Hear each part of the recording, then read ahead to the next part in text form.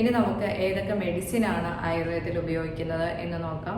നമുക്കറിയാം, നേരത്തേക്ക് മുണ്ടുനീര് വന്നിട്ടുണ്ടെങ്കിൽ നമ്മുടെ അമ്മൂമ്മമാരോ അപ്പൂപ്പന്മാരോ മുത്തശ്ശിമാരോ ഒക്കെ ഉള്ള സമയത്ത് അവരെന്ത് ചെയ്യും, പറമ്പിൽ പോയിട്ട് നല്ല മൂത്ത പ്ലാവിൽ നിന്നും പ്ലാഞ്ചാണ പറിച്ചുകൊണ്ട് വരും. ഈ പ്ലാഞ്ചാണ അരച്ചിട്ടിട്ടുണ്ടെങ്കിൽ മുണ്ടുനീര് പെട്ടെന്ന് തന്നെ മാറും. ഏറ്റവും നല്ല മെഡിസിനും ഏറ്റവും നല്ല ഒറ്റമൂലിയായിട്ട് ഉപയോഗിക്കുന്നതും പ്ലാഞ്ചാണ തന്നെയാണ്. നല്ല മൂത്ത പ്ലാവിൽ പോയി നോക്കിയിട്ടുണ്ടെങ്കിൽ അതിൽ നമുക്ക് പറ്റിപ്പിടിച്ചിരിക്കുന്നതായിട്ട് കാണാൻ സാധിക്കും. ഇത് എടുത്തുകൊണ്ട് വന്നിട്ട് അരച്ച് ഇട്ടുകൊടുത്താൽ മതി. ആയുർവേദ വിധി പ്രകാരം രോഗത്തിന്റെ ആദ്യ അവസ്ഥ ആമാവസ്ഥയായതിനാൽ നമ്മൾ ആദ്യം കൊടുക്കുന്ന മെഡിസിനുകൾ അമൃതോത്തരം കഷായം, പാചനാമൃതം കഷായം എന്നിങ്ങനെയുള്ള മെഡിസിനുകൾ കൊടുത്തതിന് ശേഷം നമുക്ക് ദശമൂലകടത്രയം, അതേപോലെ തന്നെ അമൃതോത്തരം, പുനർനവാദി കഷായം ഇങ്ങനെയുള്ള കഷായങ്ങൾ നമുക്ക് കൊടുക്കാം. അതിനുശേഷം നമുക്ക് ചന്ദ്രപ്രഭ ഗുളിക, താലീസ്വത്രാദി വഴി, ഈശ്യാദി വടകം ഇങ്ങനെയുള്ള ഗുളികകളും, വില്വാദി ഗുളിക, പുനർനവാദി കഷായം ഇതൊക്കെ ആദ്യം പറഞ്ഞതാണ്.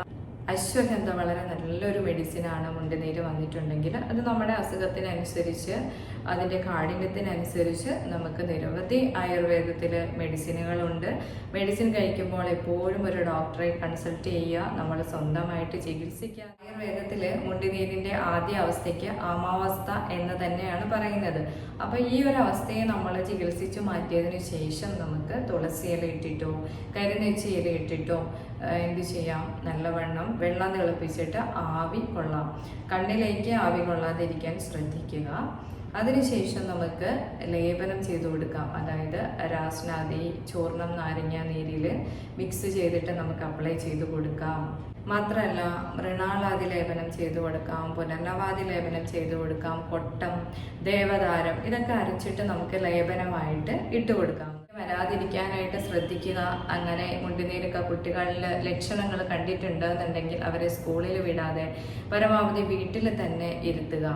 മുകളിൽ പറഞ്ഞ മെഡിസിനുകളൊക്കെ, ആയുർവേദ മെഡിസിനുകളൊക്കെ ഒരു കാരണവശാലും സ്വന്തമായിട്ടും കണ്ടത് വെച്ചിട്ട് ചികിത്സിക്കാതിരിക്കുക. ഒരു ഡോക്ടറുടെ നിർദ്ദേശപ്രകാരം തന്നെ വേണം നമ്മൾ ചികിത്സ നടത്താനായിട്ട്.